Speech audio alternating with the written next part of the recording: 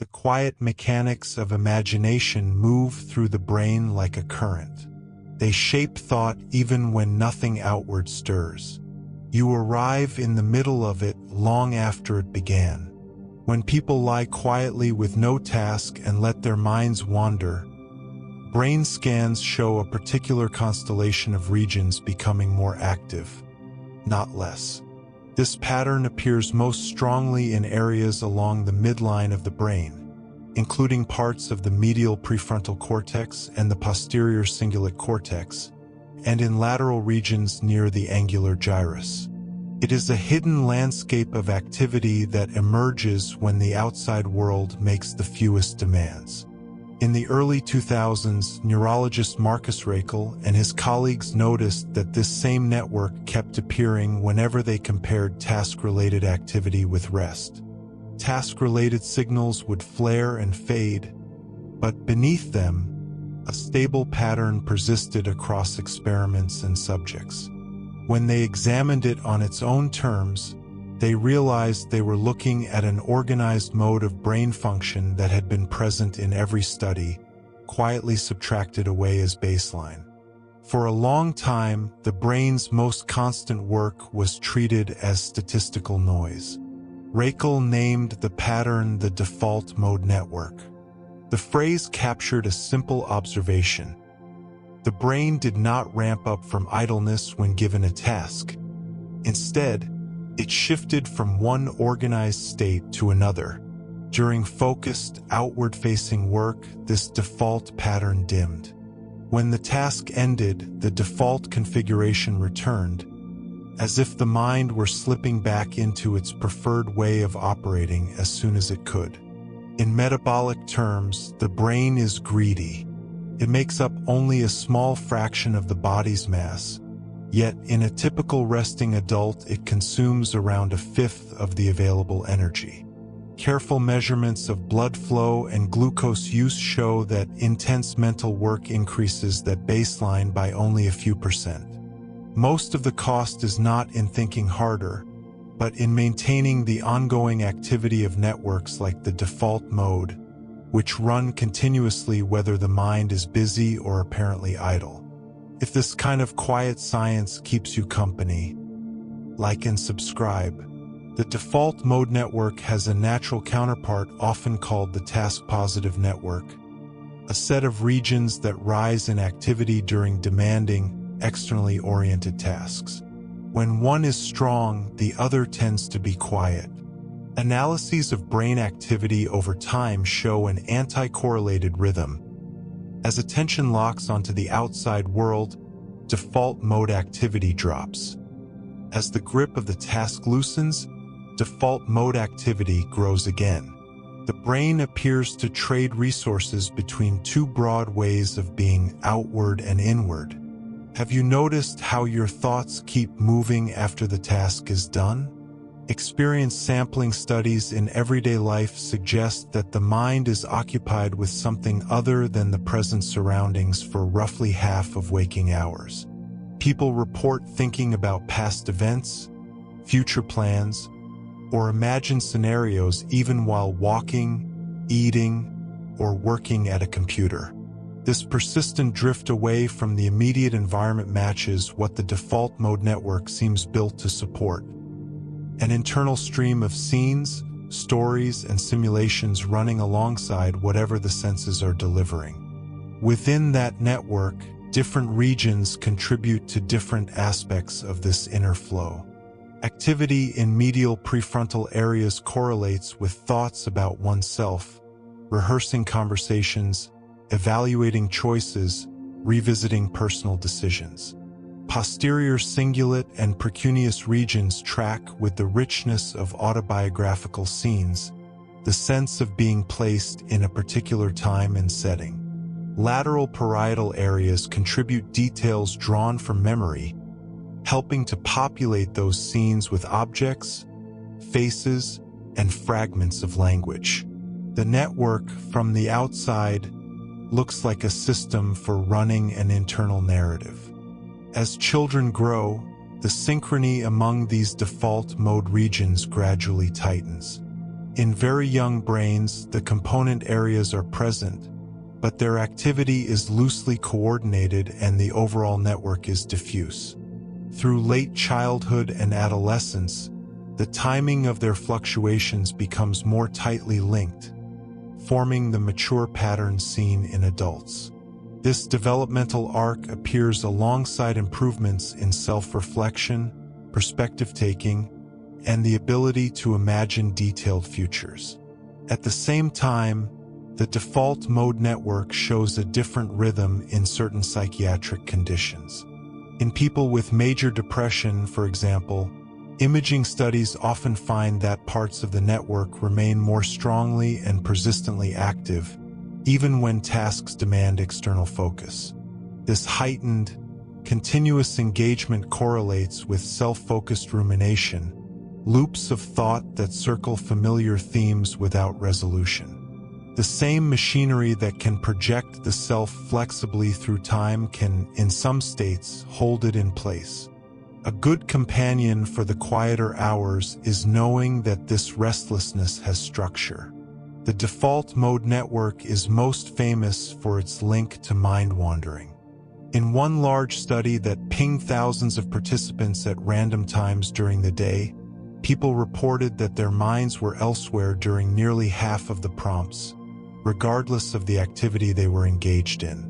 The content of those wandering thoughts often involved remembered pasts and imagined futures, echoing what is seen in scanner rooms when default mode regions are most active. What those scanners reveal is not a single stream of thought, but a kind of workspace where memory, imagination, and social understanding converge.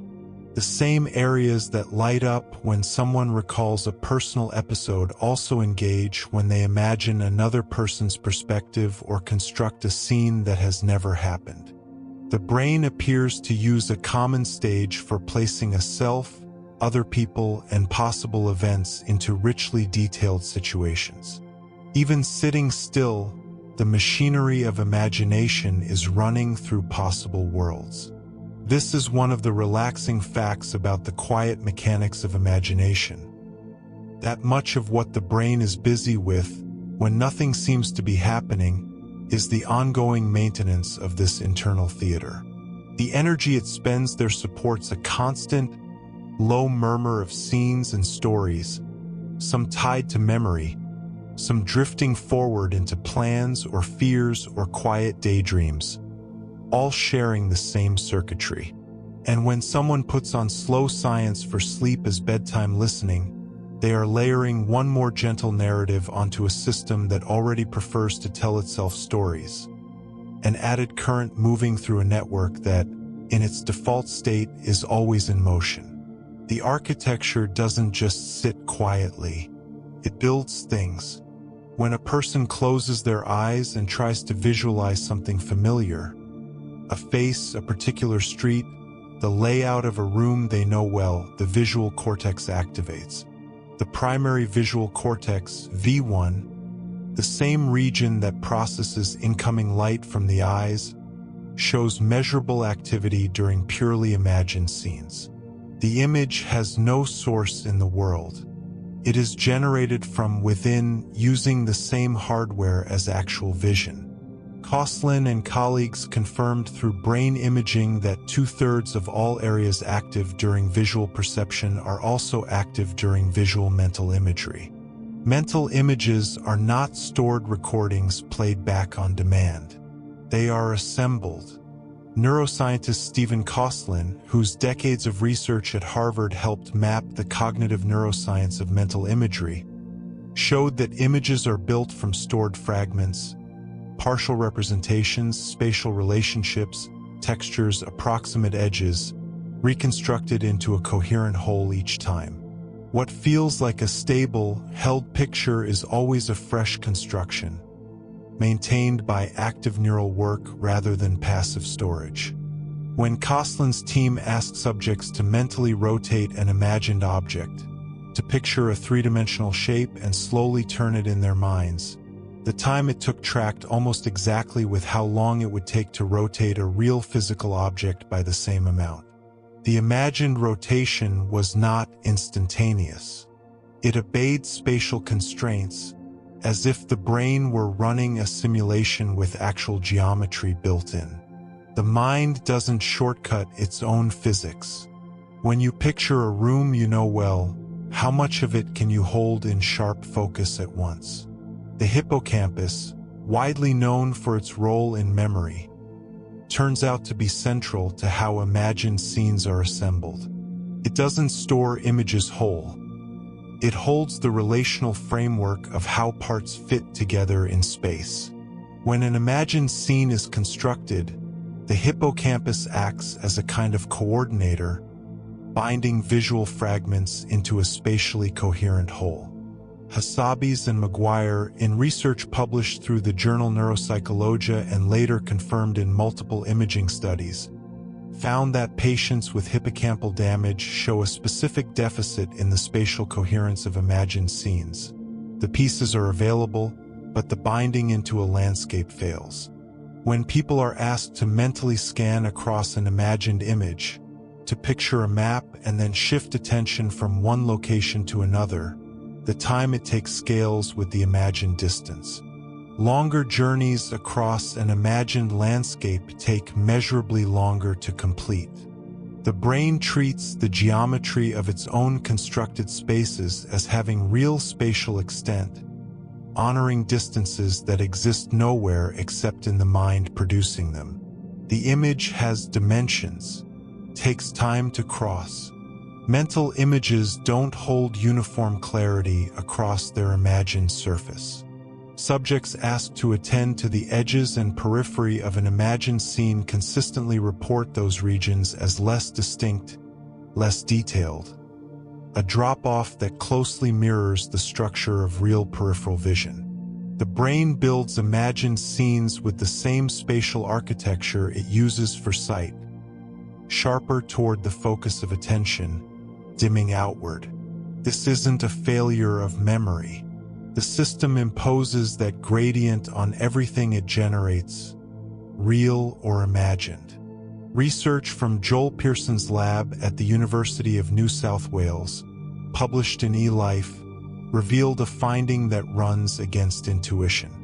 People who report the most vivid, lifelike mental imagery tend to show lower resting state neural excitability in the visual cortex, not higher. A quieter baseline allows internally generated imagery signals to stand out more clearly against the background. A noisier, more excitable cortex degrades the signal. The research went further, using transcranial direct current stimulation to lower visual cortex excitability in subjects and measuring the result. Imagery vividness increased. Quieting the system strengthened what it could produce. Imagined color is not generic. When subjects are asked to picture a specific colored object, brain imaging reveals activation in visual cortex regions specialized for color processing, the same areas recruited when actually looking at a colored surface. The imagined red of an apple and the seen red of an apple use overlapping neural territory. The brain fills in chromatic detail using the same equipment it uses for real vision, even when the object being colored exists only in thought. Imagining and seeing were never entirely separate activities. Brain imaging studies comparing visual perception with visual mental imagery find substantial overlap. Both recruit the visual cortex, posterior parietal cortex, and prefrontal regions. But the modes are distinct. Perception tends to drive activity more strongly in early sensory areas, pushed upward by incoming signals from the eyes. Imagery tends to involve greater top-down prefrontal involvement, generating patterns from memory downward. The same hardware runs in two directions, one from the world inward, one from memory outward. For a significant stretch of the 20th century, cognitive scientists disagreed sharply over whether mental images were genuinely pictorial, spatial, analog with real geometric properties, or whether they were more like descriptions, propositional, symbolic, structured like language rather than pictures. Zenon Pylshyn argued that behavior consistent with spatial imagery could be explained entirely by symbolic representations, with no visual character required. Stephen Kosslyn argued the opposite. Brain imaging evidence, showing that spatial visual areas of the cortex activate during imagery in ways difficult to account for by propositional models alone, has tilted the field toward a pictorial understanding, though the debate generated conceptual distinctions the field still uses. Mental imagery doesn't always wait for an invitation.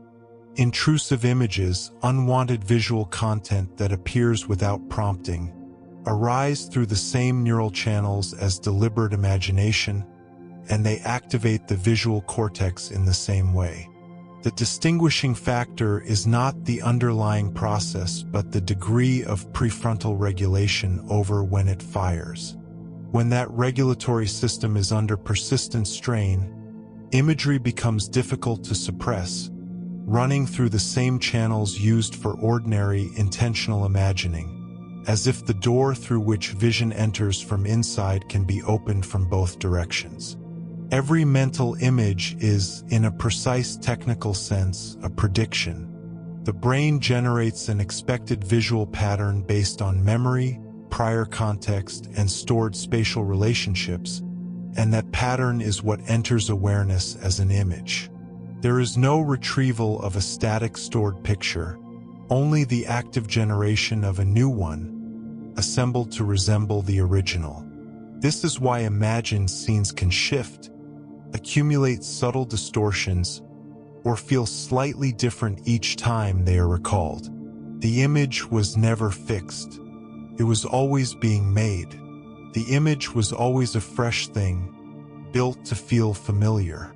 The architecture of visual imagination reveals something quiet about perception itself. Vision and imagining use much of the same cortex, the same pathways, the same spatial logic, running in opposite directions through the same structure. What we experience as a mental image is what happens when memory sends its patterns back along the visual system, filling in the shape of something no longer present, or never present at all. And tucked inside that fact is a stranger one, that the brain making the image and the brain seeing the world are not doing entirely different things. But not every brain runs that system the same way.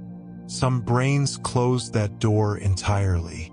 In 2015, Adam Zeman, a neurologist at the University of Exeter, published a paper about a patient who had lost the ability to form mental images following a minor cardiac procedure, and then discovered by writing about the case publicly that thousands of people had always been this way without visual imagery of any kind.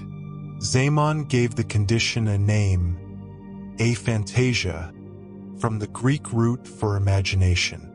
Before that paper, there was no clinical term, no formal recognition, and most of the people who had it had moved through their entire lives without knowing it was unusual. Surveys conducted after Zeman's paper reached a wide audience suggest that complete aphantasia, the total absence of voluntary visual mental imagery, affects roughly 1 to 3% of the population. Partial aphantasia, where imagery is very dim or fleeting rather than fully absent, appears somewhat more common. The figures are necessarily approximate, because the condition had no name until recently and most people living with it have never been formally assessed. Most people with aphantasia report discovering it in adulthood, often through an offhand conversation in which they realized that when others described picturing something, they meant it literally. The aphantasic person had been using the same language. I can picture it. I can see it clearly, as a figure of speech, never imagining that other people were actually generating an internal visual experience. For many, the discovery is genuinely disorienting. A significant feature of mental life had been absent for an entire lifetime, invisible because there was no reference point against which to notice it. No absence felt like absence until the comparison arrived. At the other end of the same spectrum sits hyperphantasia, a condition in which voluntary mental imagery is so vivid and detailed that it can be difficult to distinguish from actual perception. Hyperphantastics report imagined scenes with stable color, texture, spatial depth, and motion, sometimes indistinguishable in quality from what they see with their eyes open. Zaman coined this term as well, to name the extreme high end of a dimension that turns out to span a very wide range across the human population. Aphantasia does not abolish spatial reasoning. People with no voluntary visual imagery can navigate buildings, read maps, solve geometric problems, and describe the layouts of places they have learned. The cognitive capacity to represent relationships between objects in space appears to operate through channels at least partly independent of the visual imagery system. Some aphantasic engineers, architects, and mathematicians report working fluently with spatial information through an entirely non-pictorial form of representation, more like knowing the shape of something than seeing it. Have you ever tried to picture something and found the image more like a sense of it than a sight? A number of professional visual artists and designers report having aphantasia, which seems paradoxical until it becomes clear how the work is actually done. Aphantasic artists often report working from spatial and relational understanding rather than internal visual reference. They plan and construct rather than trace an inner picture. The work they produce can be indistinguishable from that of artists with full imagery. The assumption that visual art requires a vivid inner picture turns out to be, in at least some cases, untrue. Brain imaging studies comparing hyperphantastics with people of average imagery vividness show differences in functional connectivity between the prefrontal cortex and visual processing areas. In hyperphantasia, these connections appear stronger at rest, suggesting that the top-down signal responsible for generating visual imagery has an easier path into the sensory cortex, producing more powerful internally generated images. The difference is not only in subjective experience, but in the architecture of how the signal travels. Research from Pearson's lab at the University of New South Wales found that when people with aphantasia are asked to imagine emotionally significant scenes, their galvanic skin response, a physiological measure of emotional arousal, is significantly lower than in people with normal or vivid imagery. When shown the actual scenes, the physiological responses normalize. The difference is specific to imagined stimuli, not real ones. This suggests that one function visual imagery serves is amplifying the emotional weight of memories and anticipated events, a function that appears to be absent, at least partly, when the imagery itself is absent. Memory without a picture still holds the fact, but perhaps not the full weight of it. Aphantasia can also be acquired. Cases of people losing visual mental imagery following brain injury, stroke, or surgery have been documented, most often when damage involves posterior occipital or parietal regions, areas involved in visual processing and spatial integration.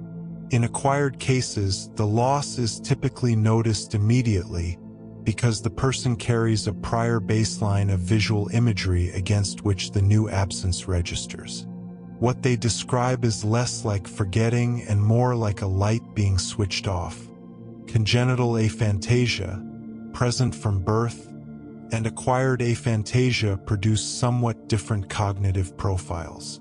People with congenital aphantasia often develop compensatory patterns, strong verbal memory, heightened reliance on semantic and conceptual processing, and sometimes enhanced performance on tasks independent of visual representation. Those who acquire aphantasia later may retain a degree of involuntary imagery, images that arrive in dreams or arise spontaneously, even though deliberate construction fails. This suggests the voluntary and involuntary visual systems use overlapping but distinct neural pathways. Many people with complete congenital aphantasia report visual dreams. They wake having experienced scenes, faces, and landscapes during sleep, despite being entirely unable to generate such images voluntarily while awake. This finding implies that aphantasia, in many cases, represents a failure of voluntary access rather than a wholesale absence of visual neural machinery. The same hardware appears reachable during sleep through a route that remains closed during waking.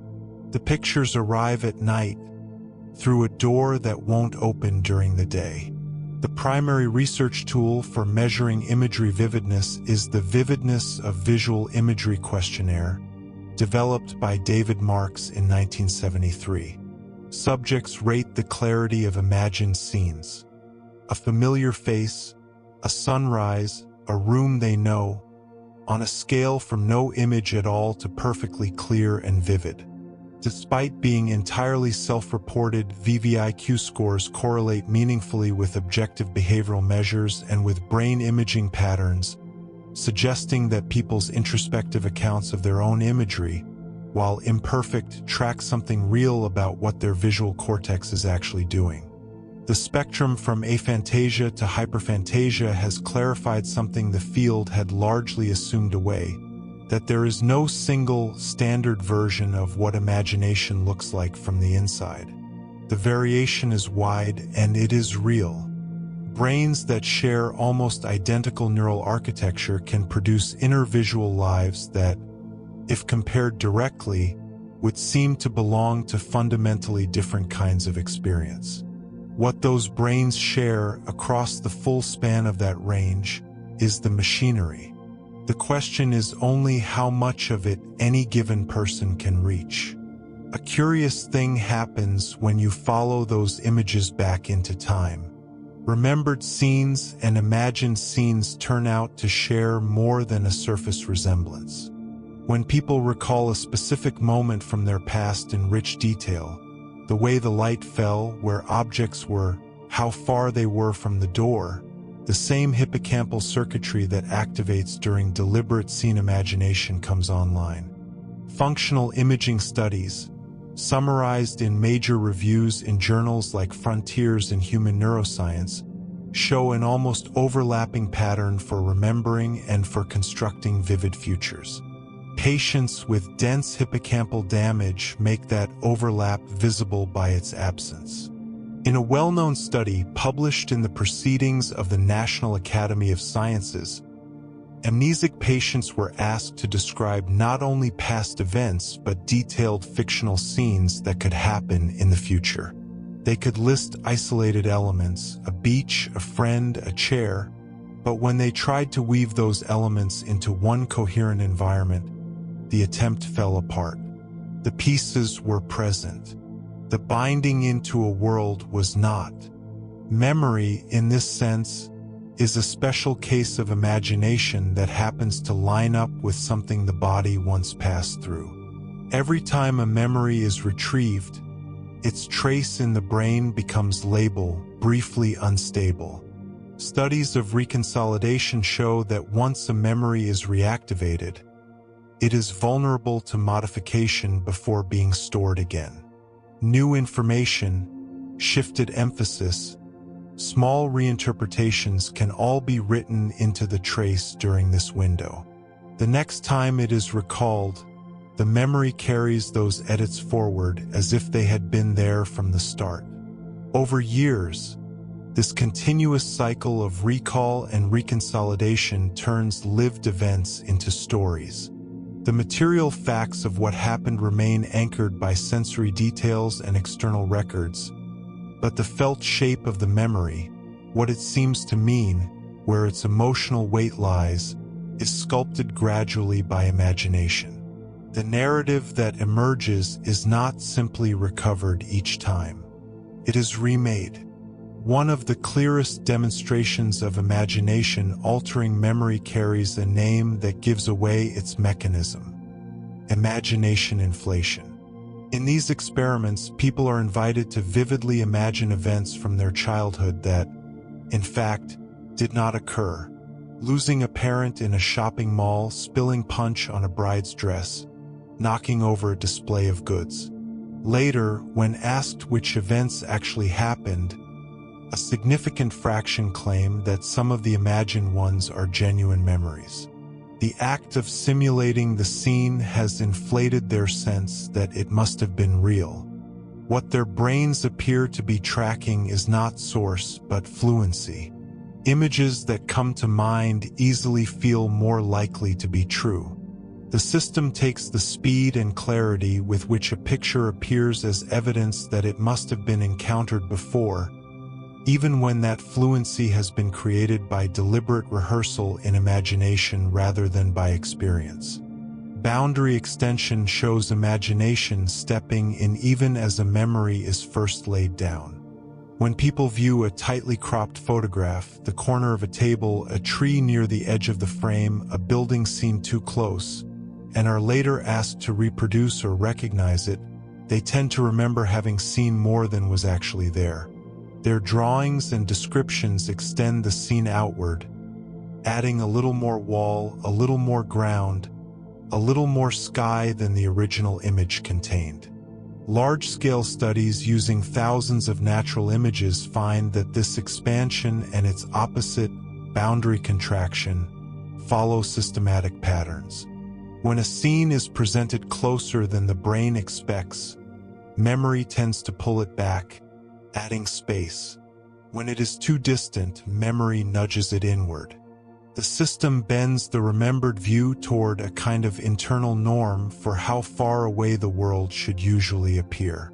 What is stored, even in a simple picture, already includes a quiet act of prediction. Perspection, the capacity to mentally inhabit possible futures, uses this same machinery pointed forward. When a person imagines walking into a room they have never seen, but can describe where the chairs might be, where light might fall, how people might stand, they are building a novel scene out of recombined fragments of past ones. Neuroimaging studies find that such future thinking recruits the hippocampus and much of the same default mode network that supports autobiographical memory. The remembered past and the imagined future are constructed on the same internal stage, with the same set pieces, rearranged. This constructive nature of memory explains why small distortions creep into even honest recollection.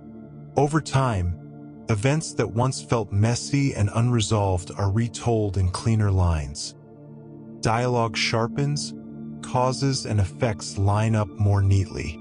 The brain privileges coherence over literal fidelity, letting imagination smooth the edges so that the resulting story fits better with the rest of what is known. Confabulation, seen in certain neurological syndromes where patients confidently report events that never occurred, looks like this constructive process running without adequate monitoring. Damage to frontal or diencephalic regions weakens the systems that normally tag imagined content as hypothetical. The constructive machinery still works, assembling plausible scenes from available fragments, but the label that would ordinarily mark them as simulations falls away. To the person producing them, they feel entirely like memories. In everyday life, the same tendency appears in gentler form. Two people who lived through the same event may remember it differently, each version internally consistent and sincerely believed.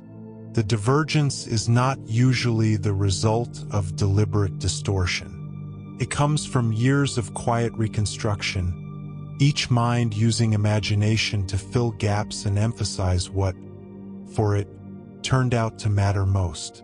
Sometimes, what is being remembered is not the event itself but the last story told about it. The same constructive process that can mislead also underlies learning. Repeatedly imagining a practiced route, a sequence of actions, or a complex scene can strengthen later recall even without additional exposure. The brain treats vivid, structured simulation as training data, adjusting synaptic weights in the networks that encode those patterns as if the experience had been repeated in the outside world. Imagined rehearsal is not neutral playback.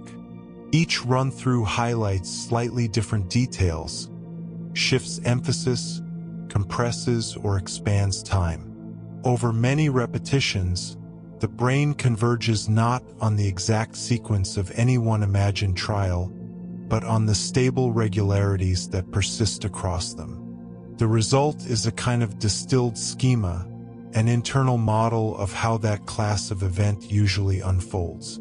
In this way, memory and imagination collaborate to extract structure from experience. Individual episodes feed the system with raw material. Imaginative reconstruction uses that material to build flexible scenarios, test variations, and fit new events into existing patterns. The specific details of any given recollection may drift, but the underlying model becomes more refined. The relaxing facts in all of this sit in the background. The sense of a continuous self, with a past that can be revisited and a future that can be pre-lived, rests on an engine that never offers perfect copies, only faithful enough reconstructions. The mind, in protecting its own continuity, lets imagination braid together what was, what is believed, and what might be.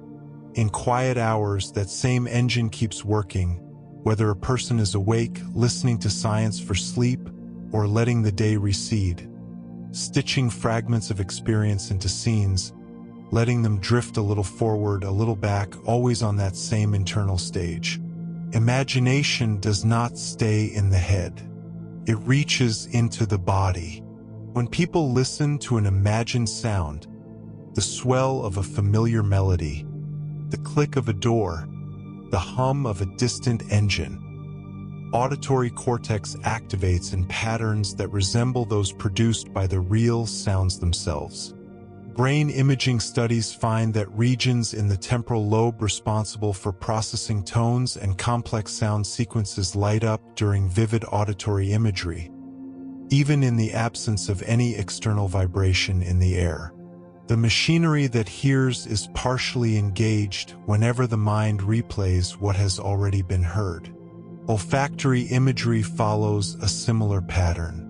Asking someone to picture the smell of cut grass or coffee beans activates parts of the orbitofrontal cortex and primary olfactory regions that respond during actual smelling, though typically at a lower intensity.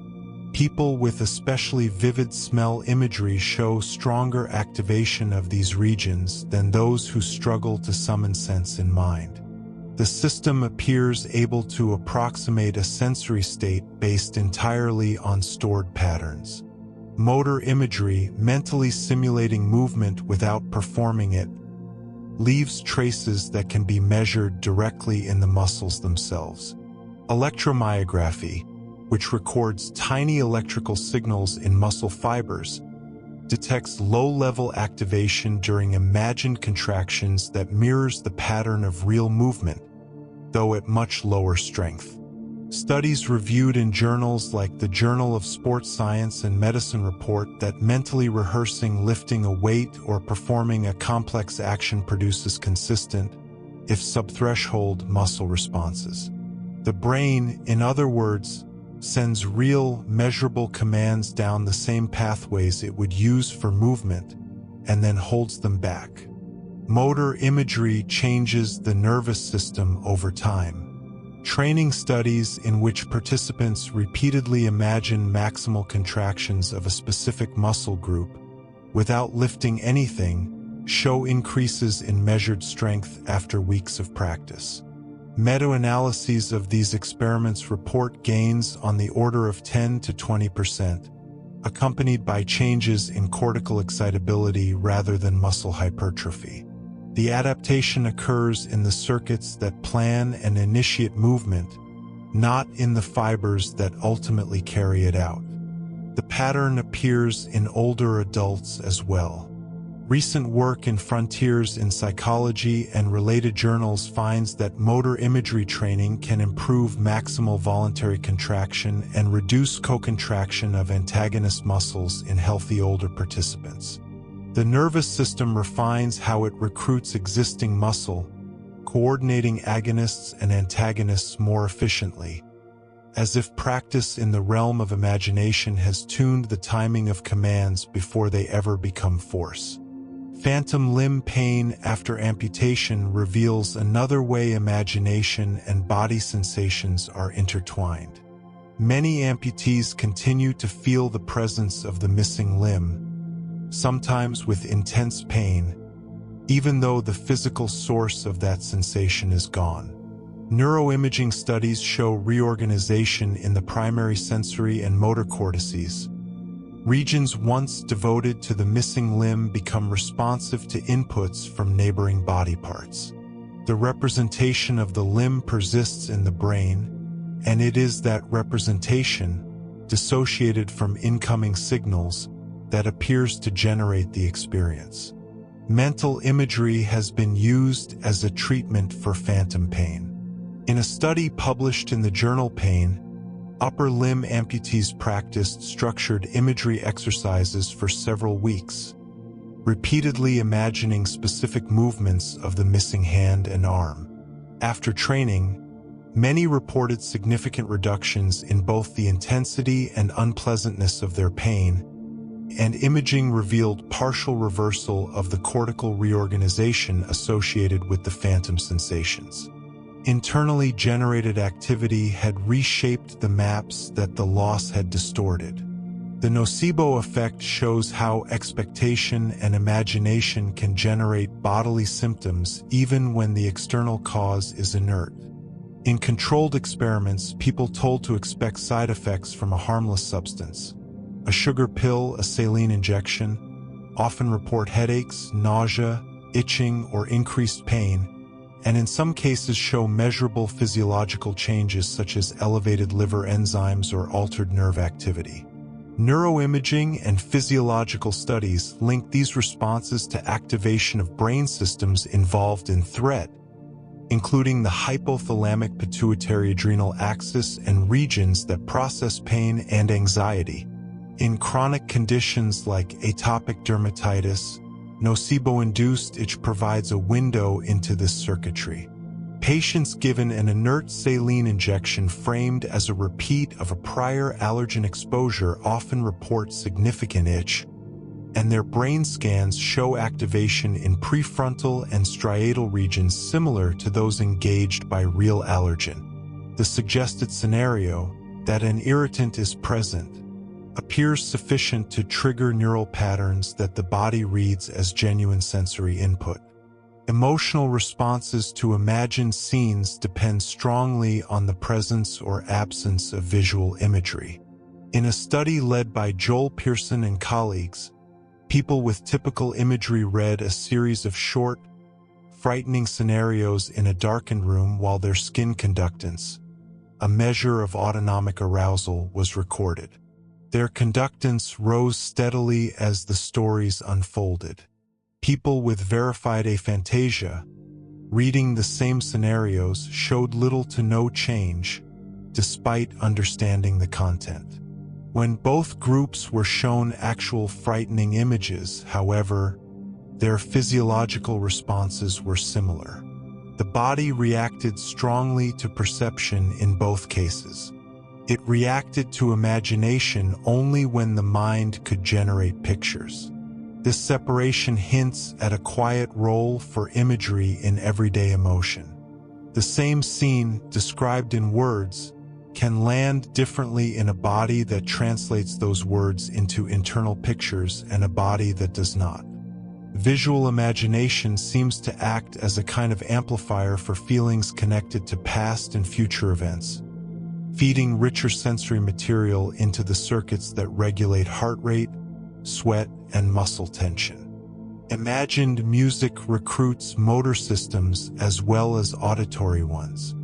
Functional imaging studies show that when musicians silently hear a practiced piece in their minds, premotor and supplementary motor areas involved in planning finger and hand movements become active, even if the hands themselves are still. Over years of practice, playing and listening bind tightly together in the brain, so that summoning the sound also summons the pattern of movement that would produce it. Pain itself can be modulated through imagination. Placebo analgesia, pain relief produced by an inert treatment believed to be active, relies in part on people imagining that their discomfort should lessen, and then experiencing that imagined outcome in their nervous system. Studies of placebo and nocebo responses together suggest that expectation engages descending pain modulation pathways from the brainstem, altering how incoming signals from the body are interpreted and gated. The imagined trajectory of the sensation changes the actual trajectory. The quiet mechanics here are that many bodily states are not simple readouts of incoming signals, but negotiated constructions. Sensory inputs, expectations, prior experiences, and ongoing imaginative simulations converge in midbrain and cortical circuits to decide what a sensation is and how intense it should feel. The same level of nerve activity in a tissue can be translated into quite different experiences, depending on what the brain believes is happening. For someone lying awake, letting their thoughts wander through relaxing facts about how the mind and body talk to each other, there is something steadying in this. The signals moving through their sensory pathways are only part of the story. The rest lives in the quiet predictions, the half-formed images, the unseen rehearsals that the brain is running all the time, shaping how the body feels from the inside. Some of the quietest work imagination does is rehearsal. When a person mentally runs through tying a shoelace, or walking across a crowded room, or delivering a line of speech, there is no visible change in the world. Yet in the brain, many of the same networks that would take control during the real action light up in sequence. Premotor and supplementary motor areas show patterned activity. Frontal regions lay out the order of operations, and downstream spinal circuits sit closer to threshold than they were before. The movement does not happen, but the pathways that would have produced it have been warmed. In the late 1990s, neuroscientist Alvaro Pascual-León conducted a now classic study that made this rehearsal visible. One group of volunteers spent 5 days physically practicing a simple piano exercise, playing the same short sequence of notes over and over. Another group spent the same amount of time in the same posture, imagining their fingers pressing the keys in that precise order, while remaining completely still. Before and after, Pascual-León mapped their motor cortices with transcranial magnetic stimulation. The maps of both groups expanded in the region controlling the practiced fingers. The pattern of change in the imagery group closely resembled that of the group that had actually played. The cortex had reorganized in response to imagined movement. In sports science, similar effects have been measured across a wide range of skills. Athletes who supplement physical training with structured motor imagery, mentally rehearsing the exact angles, timings, and sequences of a serve, a jump, a throw, often show greater improvements than those who train their bodies alone. Meta-analyses in journals of sports psychology report that imagery training can meaningfully enhance strength, accuracy, and coordination, especially when combined with real practice rather than used in isolation. The imagined repetitions appear to refine the neural command patterns so that fewer wasted impulses pass through when the body finally moves. A model called PETLEP emerged from this line of work, named for 7 elements: physical, environment, task, timing, learning, emotion, and perspective.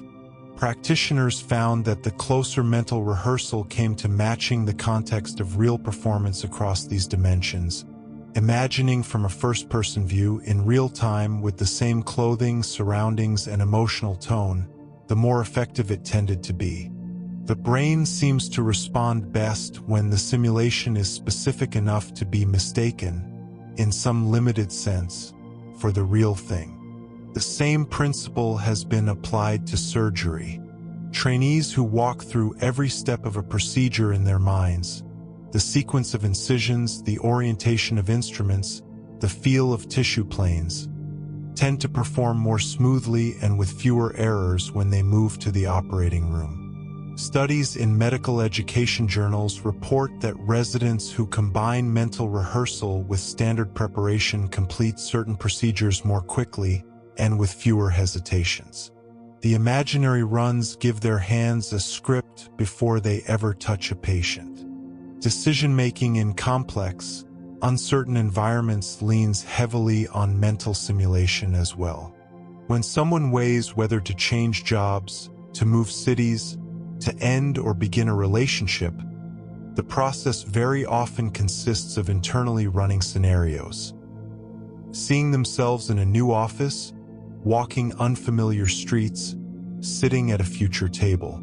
Neuroimaging work suggests that such evaluative thinking recruits default mode and frontoparietal control networks together, the first to generate possible futures, the second to inspect and compare them. The choice that eventually emerges is, in part, a verdict on which imagined sequence seems to hold together most plausibly. In laboratory tasks designed to probe this, participants asked to choose between complicated options, financial gambles, multi-step routes, strategic games, show prefrontal and parietal activation patterns consistent with serial simulation. They appear to unroll a handful of possible paths in imagination, trace them forward a short distance, and then back up, pruning those that lead to conflict or loss. The mind does not calculate every outcome. It samples a few plausible ones, rehearses them internally, and uses those traces as stand-ins for what might happen. Language learning draws on rehearsal in a different register. When someone silently mouths new words or hears themselves speaking a new language in their mind, auditory and motor speech areas participate, even if no sound is produced.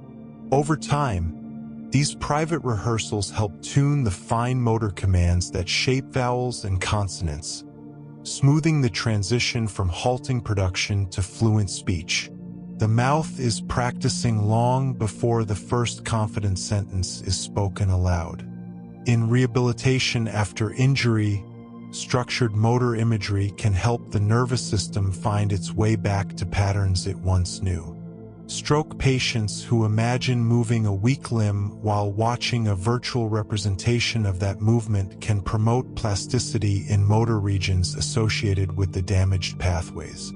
Clinical trials combining physical therapy with guided imagery have found improved outcomes in certain kinds of hemiparesis compared with physical therapy alone. The imagined movement lays down a scaffold along which recovering signals can travel. Mental rehearsal does not only sharpen performance, it also shapes expectation.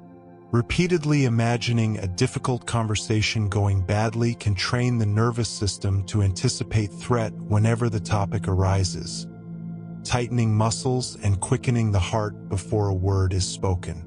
Conversely, rehearsing a calm, orderly version of the same encounter can ease that anticipatory response, even if the outer circumstances remain unchanged. The brain learns, from its own simulations, what kinds of futures it should prepare the body for. In many forms of cognitive behavioral therapy, clients are invited to imagine themselves responding differently in situations that usually trigger unhelpful habits. They picture saying no where they would once have agreed, taking a breath where they would once have reacted sharply, leaving a place where they would normally stay. These imagined alternatives are not empty daydreams. They are training data for new patterns of response, rehearsed in a safe internal space before they are tried in the world. Even very simple habits rely on this kind of previewing. Before reaching for a glass, the brain runs a brief forward model. The angle of the wrist, the friction of the fingers, the weight of the object. If the imagined sequence predicts slippage, the grip is tightened. If it predicts collision, the trajectory is adjusted. Most of this unfolds below awareness, but in experimental setups where perturbations are introduced, changing the weight unexpectedly, shifting the glass's position, the corrective movements reveal how much prediction was there to be violated. This rehearsal engine operates constantly, often in the background. It takes in the results of each real action and uses them to update its models, so that tomorrow's imagined reach or step or sentence is aligned a little more closely with what is likely to happen. The default mode network and motor systems trade information quietly. Here is how the world responded last time. Here is how we might move through it next. When people listen to slow, detailed science for sleep, they are sometimes drawn to stories about this kind of rehearsal because it mirrors something their own minds are already doing. As they lie thinking through the events of the day and the possibilities of tomorrow, the simulations they run are not wasted noise.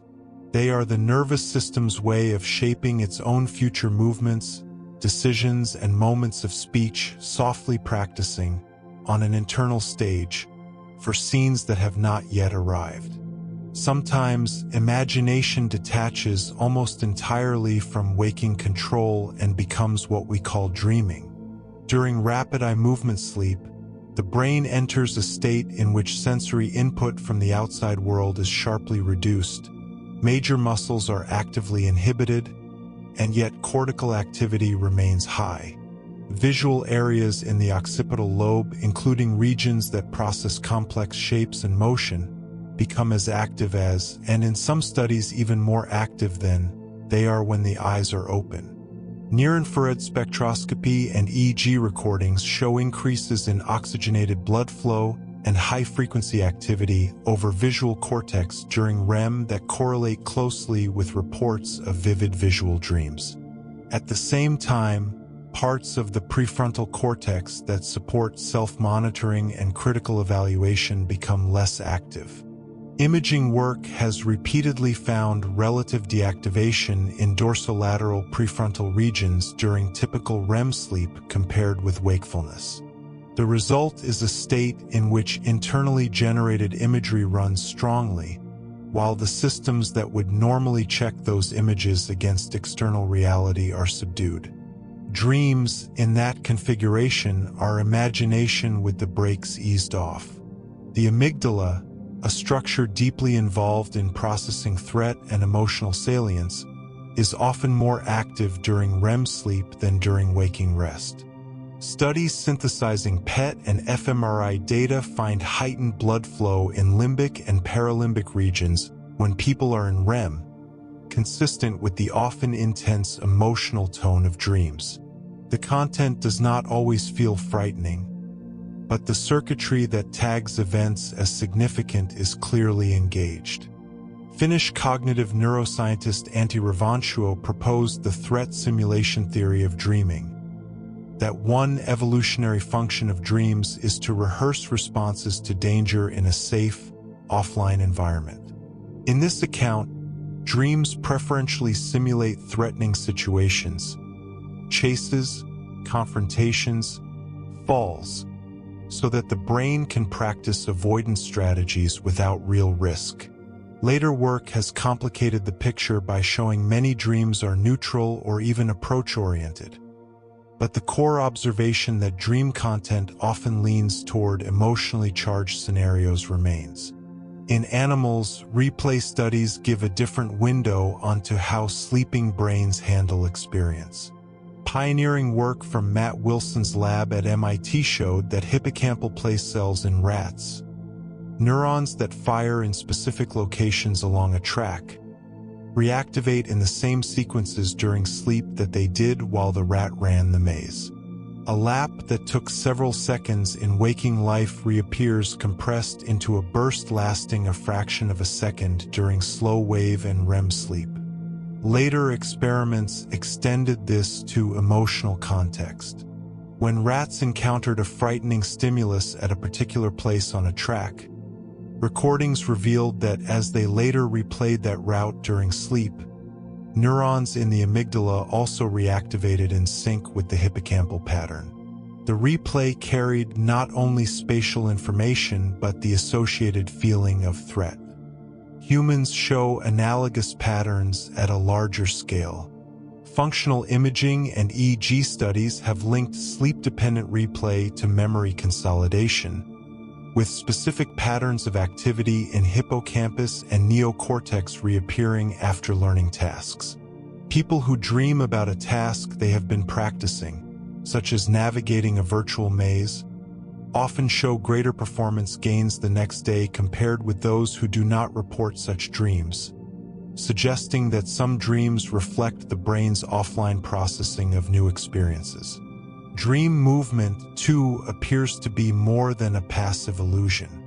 In one study, lucid dreamers, people who can become aware within a dream that they are dreaming, were asked to perform a predefined hand movement while asleep and signal its timing with specific eye movement patterns. Brain scans during those episodes showed activation in sensorimotor cortex corresponding to the dreamed movement, even though the actual muscles were paralyzed. The motor plan had been issued internally and registered cortically, without ever reaching the body. Lucid dreaming itself offers a special case.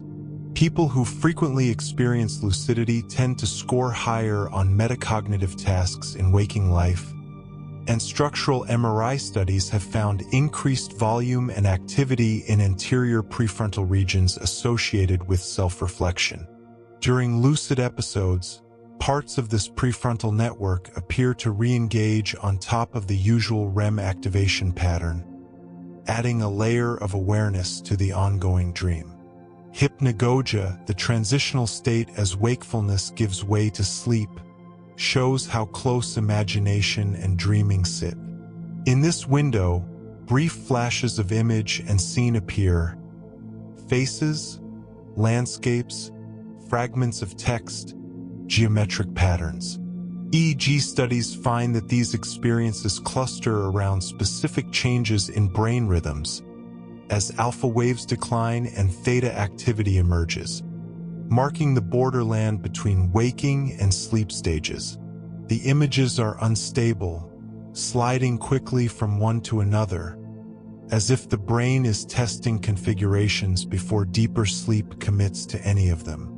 This borderland is distinct from both full wakefulness and stable sleep.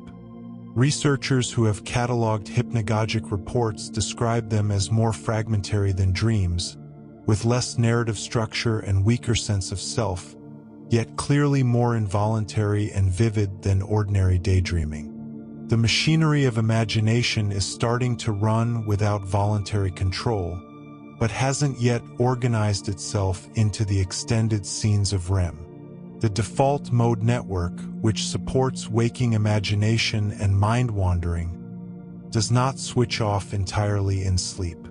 Studies using resting state fMRI and advanced EEG analysis indicate that key hubs of the network, particularly medial prefrontal and posterior cingulate regions, maintain functional connectivity during both NREM and REM sleep, though at altered strength.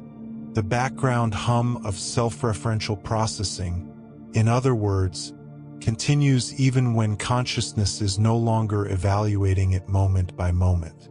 Some theories, like the defensive activation hypothesis, suggest that part of REM's function is to periodically flood the visual system with internally generated activity, protecting visual cortex from being reorganized by other senses during the long hours of darkness.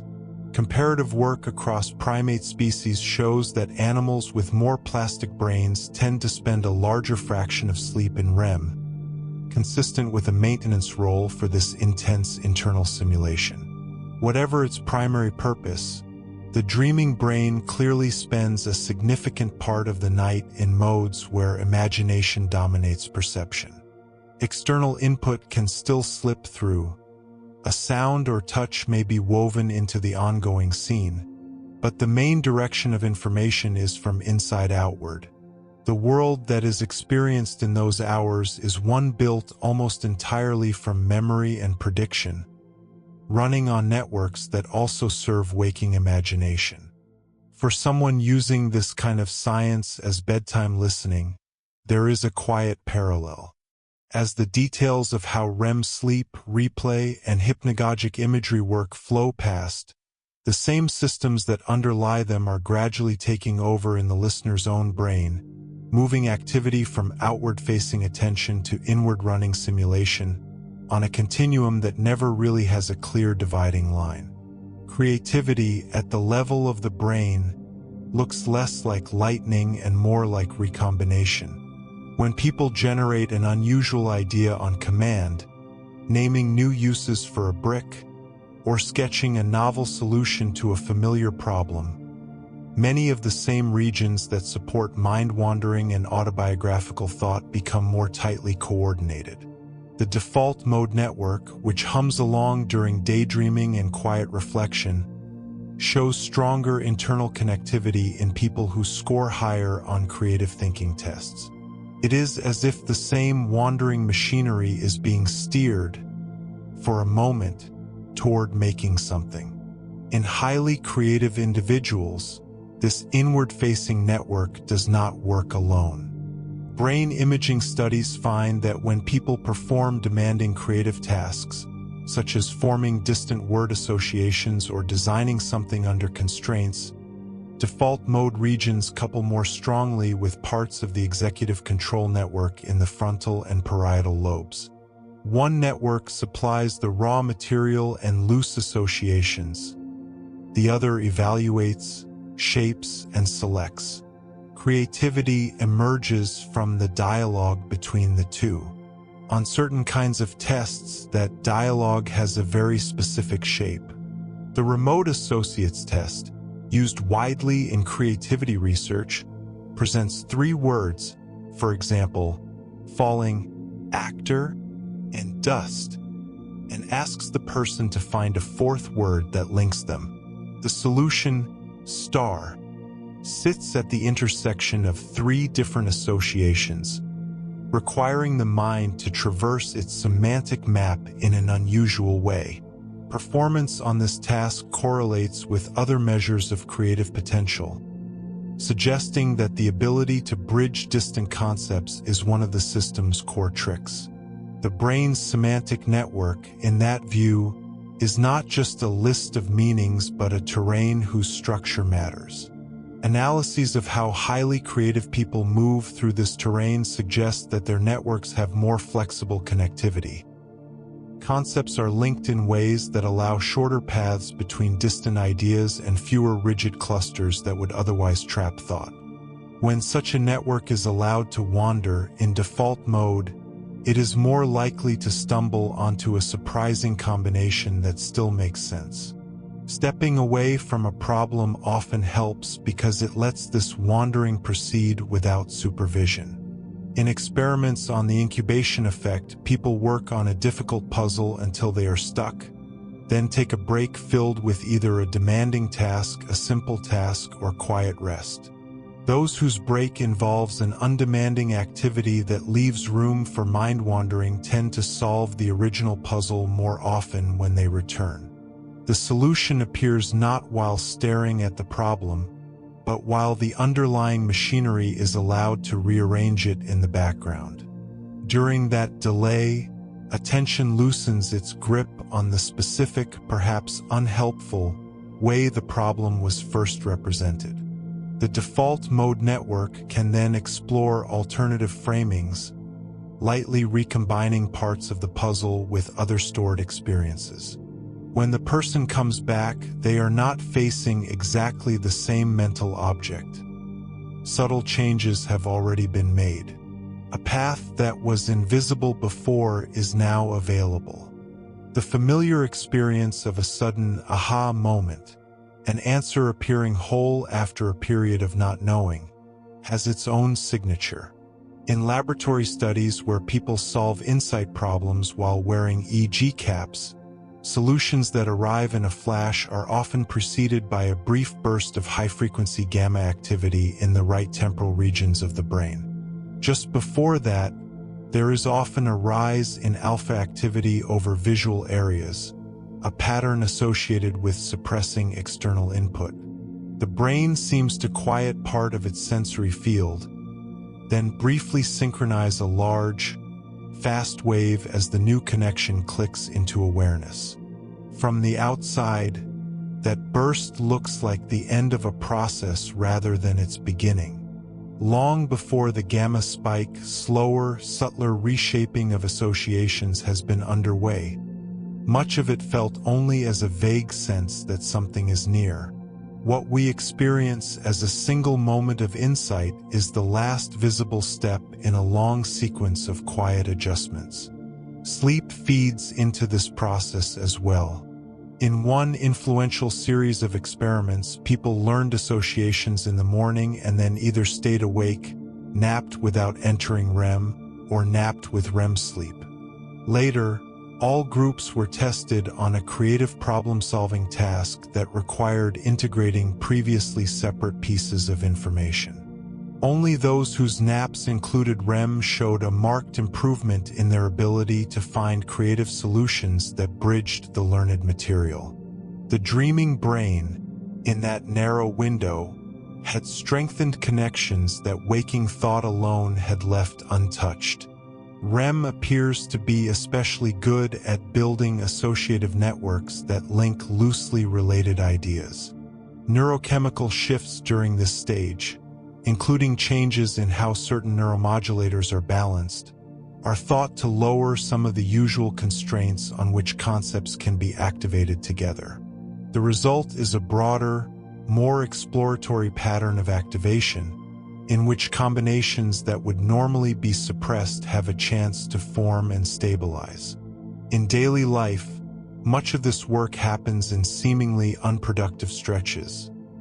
Standing in line, staring out of a window, sitting through a routine commute. The default mode network, which becomes more active when not tethered to a demanding task, roams through past experiences and hypothetical futures, testing small variations. Often nothing useful comes of it. Occasionally, something does. A line of code resolves itself, a sentence falls into place, an idea for a video quietly surfaces. From the point of view of the brain's machinery, these idle moments are not idleness at all. They are times when the system can afford to run the slow, high-dimensional search that creativity requires. Focused work tightens the search around a narrow path. Unfocused drifting lets it explore side corridors, many of which will be dead ends, and a few of which lead somewhere unexpected. People who score high on creative thinking tasks sometimes report that their best ideas arrive when they stop forcing themselves to think.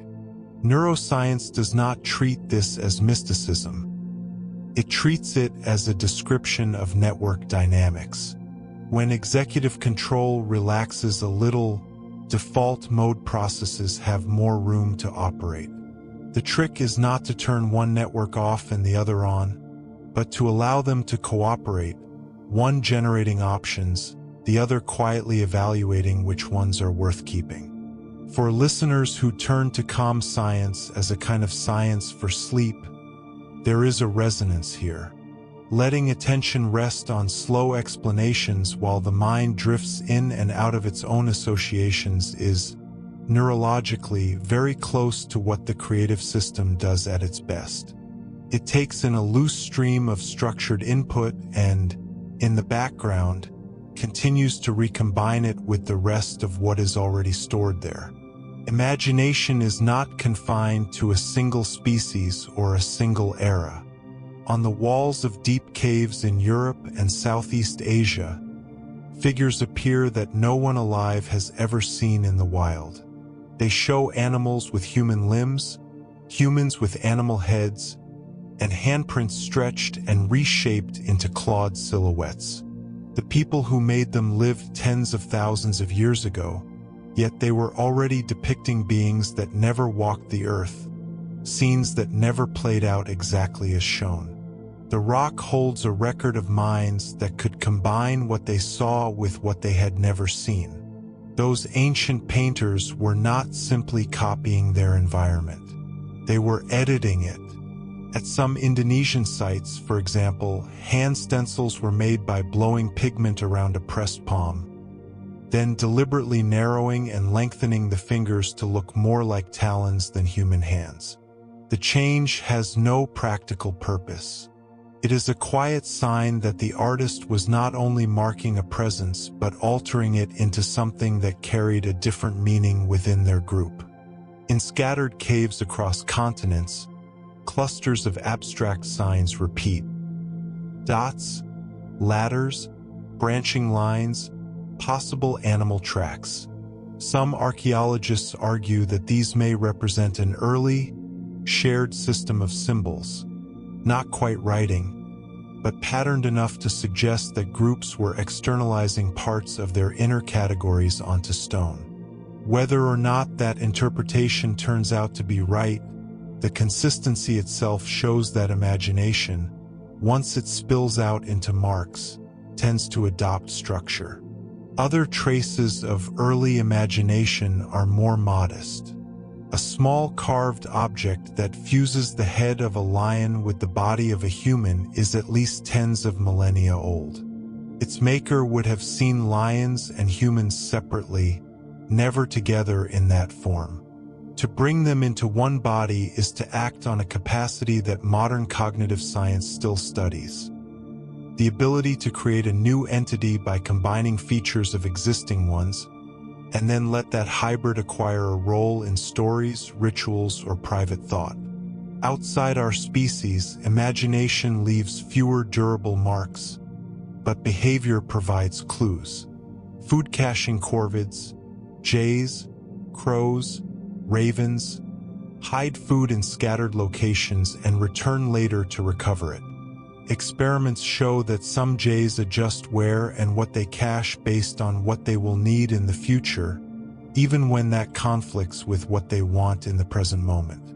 They act in ways that are difficult to explain without assuming some capacity to project themselves forward in time, into a state of future hunger.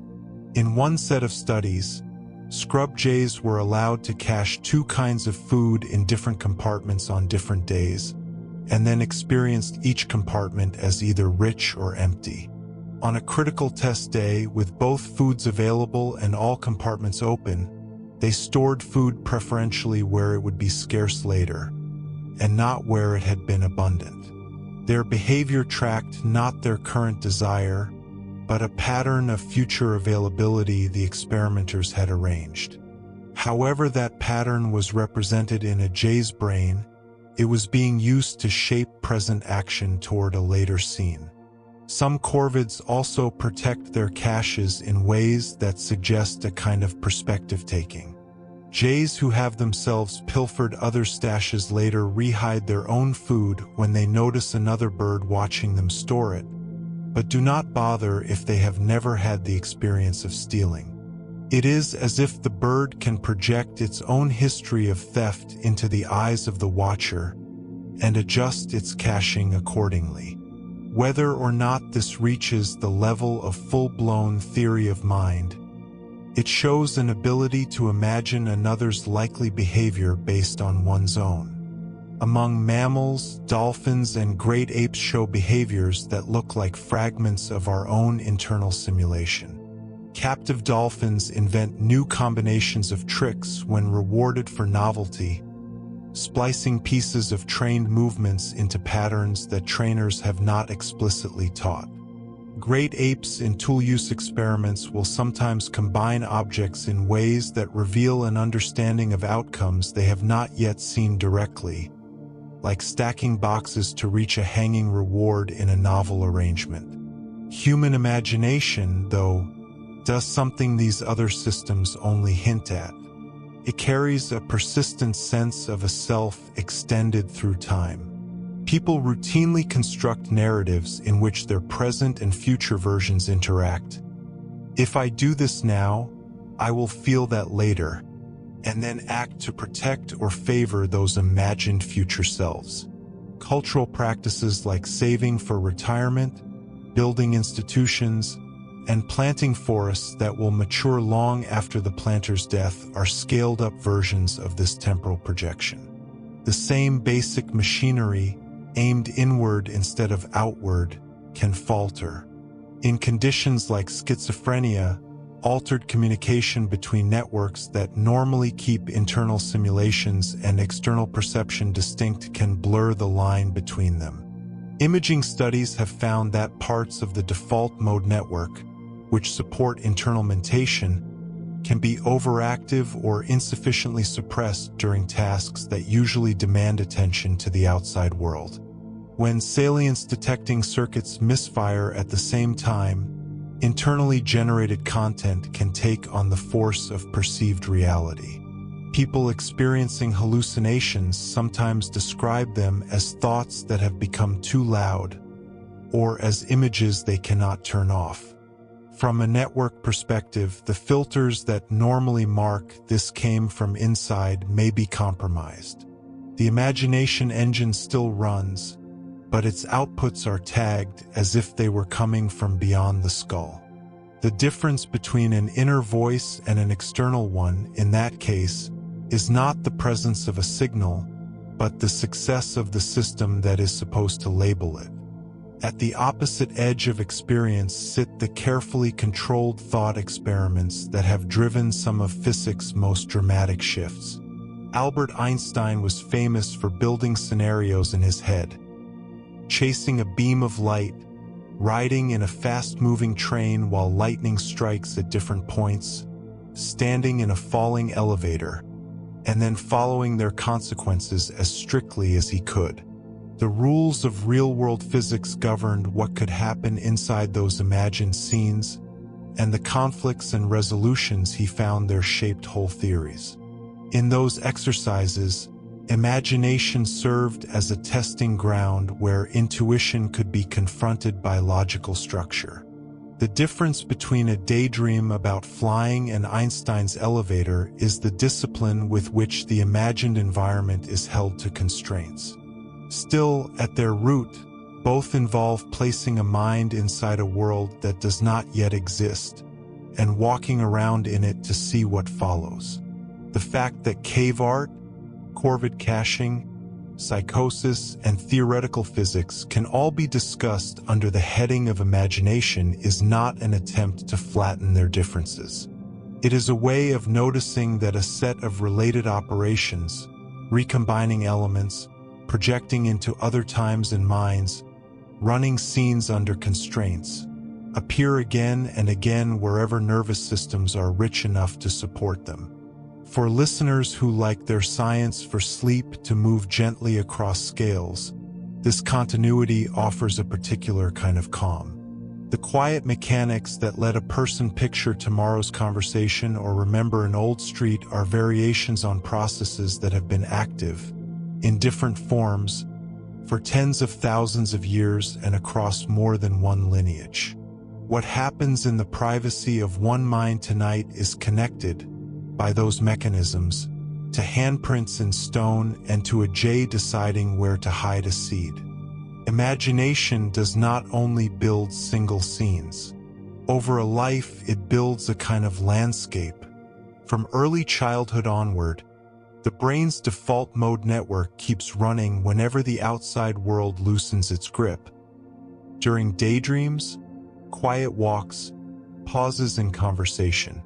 Over years, this network stitches together countless remembered episodes into a more durable narrative. a sense that there is a single me moving through time. Imaging studies of autobiographical reasoning, in which people reflect on the meaning of their own memories rather than their bare content, show that this work recruits a set of regions overlapping heavily with the default mode network. These regions help link scattered events into a story that can be told. That story is not fixed. When people approach the same self-defining memory in different ways, sometimes focusing on concrete details, other times on what the event meant for who they became, different parts of this network shift in and out of prominence. The dorsomedial prefrontal cortex, angular gyrus, and other regions associated with self-reflection become more active during this kind of narrative thinking. The self is not just a storage of episodes. It is an ongoing act of imaginative organization, shifting emphasis and connection as new experiences arrive. Language is woven deeply into this process. Regions that support inner speech, including parts of the left inferior frontal gyrus, often light up when people silently talk themselves through their own past or rehearse possible futures. These same areas interact with default mode hubs during tasks that ask participants to explain how earlier experiences shaped who they are now. In that interaction, verbal thought acts like a tool for arranging and labeling internal scenes, turning raw images and feelings into something that can be narrated to others and to oneself. As the brain ages, the machinery behind this kind of imaginative work does not simply wind down. Large lifespan studies of creativity find that, while certain abilities dependent on fast abstract reasoning do decline, many aspects of creative thinking remain relatively stable in older adulthood. Older adults in these studies can still generate novel uses for objects and original solutions to open-ended problems, even when some other cognitive scores have dropped. Creativity, in other words, is not confined to youth. Neuroscientific work offers one clue to why. In older adults, successful creative performance is often associated with stronger functional connectivity between default mode regions and executive control networks than in younger adults. Resting state scans show that, for some older brains, the lines of communication between memory-based idea generation and controlled evaluation become more, not less, pronounced. The system may compensate for losses in speed or working memory by leaning more heavily on accumulated experience and on the networks that can flexibly recombine it. The same default mode network that helps organize personal history also supports empathy on a broader scale. Studies measuring resting connectivity in people with different levels of trait empathy find that those who report more ease in understanding others' feelings often show stronger coupling between medial prefrontal and anterior cingulate regions within the network. These areas are thought to support self-referential simulation, the act of running internal models of another person's state based on one's own experience. To imagine someone else, the brain quietly borrows the machinery it uses to imagine itself. In this way, imagination stretches the boundaries of the self outward. When a story, a documentary, or even a brief description of a stranger's situation evokes a clear inner picture, the same networks that handle autobiographical scenes are partially repurposed to host someone else.